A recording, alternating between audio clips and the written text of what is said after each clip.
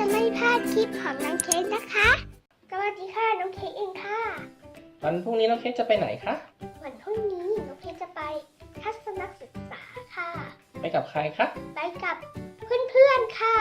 ที่โรงเรียนพาไปใช่ไหมคะค่ะไปที่ไหนกันคะสวนสัตว์อุบลราชธานีค่ะในสวนสัตว์มีอะไรบ้างคะในสวนสัตว์มีช้างมีสิงโตมีกระต่ายมีนกมีลิงมีเสือมียีราฟจิงโจ้ มีอะไรอีกมีนกกระทาน กกระจอกเทศมีไหมไม่ นกกระจอกเทศน้องเค้กเคยไปหรือยังเคยไปแล้วค่ะสนุกไหมสนุกรอบนี้ก็ไปอีกทีนึงใช่ไหมคะใช่ค่ะทีนี้เป็นสร้างภาพต่อเลย ดีใจไหมที่ได้ไปดีใจแล้วได้ไปกับเพื่อนๆใช่ไหมคะค่ะน้องเค้กเคยไปมาแล้วกี่ครั้ง3 ครั้งค่ะ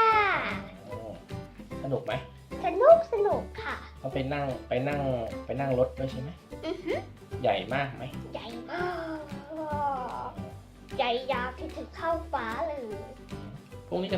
ะพาใครไปด้วยคะวันพรุ่งนี้จะพาเอลซ่าและเอ็นนาไปด้วยค่ะน้องเอลซ่ากับน้องเอ็นนาใช่ไหมคะใช่ค่ะจะทำน้องเอลซ่ากับน้องเอ็นนาพัง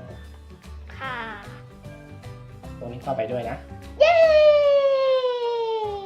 ก็พรุ่งนี้เราไปถ่ายวิดีโอกันนะถ่ายวิดีโอให้เพื่อนๆดูเนาะครูบอกว่าให้เตรียมขนมแล้วก็น้ำไม่ต้องเอาข้าวมาเขามีเตรียมไว้ให้อยู่แล้วอ๋อไม่ต้องเข้าไปใช่ไหมโอเคเตรียมขนมกับน้ำไปนะคะโอเคค่ะก็ยังไงตื่นเต้นไหมตื่นเต้นมากต้องรีบเข้านอนนะเดี๋ยวพรุ่งนี้เช้าจะไม่ทันนะโอเคแล้วก็เดี๋ยวเราจะถ่ายวิดีโอมาให้เพื่อนๆดูนะใช่แล้วค่ะแล้ววันนี้น้องเคสลาไปก่อนนะคะอย่าลืมกดติดตามคลิปสวนสัตว์นะคะบ๊ายบายค่ะ